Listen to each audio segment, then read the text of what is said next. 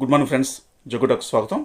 ఎప్పుడైతే మహారాష్ట్రలో బీజేపీ నేతృత్వంలో ఎన్డీఏ కూటమి విజయం సాధించిందో మన రాష్ట్రంలో వైసీపీ నాయకత్వానికి పచ్చి వెలక్కే పడిందండి. వెంటనే వాళ్ళు సేమ్ పాతరాగానే అందుకున్నారు. వైసీపీ సోషల్ మీడియా కానీ ఆ నాయకులు కానీ మళ్ళీ ఈవీఎంల ద్వారా గెలిచారంటూ మళ్ళీ వాళ్ళ కేడర్ని కానీ ప్రజాప్రాయానికి వ్యతిరేకంగా మాట్లాడడం స్టార్ట్ చేశారు. మొదటి నుంచి కూడా వైసీపీ చేస్తున్న తప్పదే.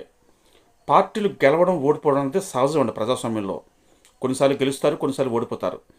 ఓడిపోయినప్పుడు ఎందుకు ఓడిపోయినది అనాలిసిస్ చేసుకుని దాన్ని రెక్టిఫై చేసుకుంటే ఆ పార్టీకి భవిష్యత్తు ఉంటుందండి.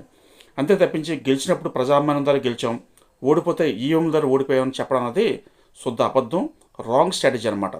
దానివల్ల ఏంటంటే వాళ్ళు చేసిన తప్పులను అనాలిసిస్ చేసుకోపోగా వైసీపీ క్యాడర్ని, సానుభూతి పరులని పచ్చి మోసం చేస్తుంది పార్టీ.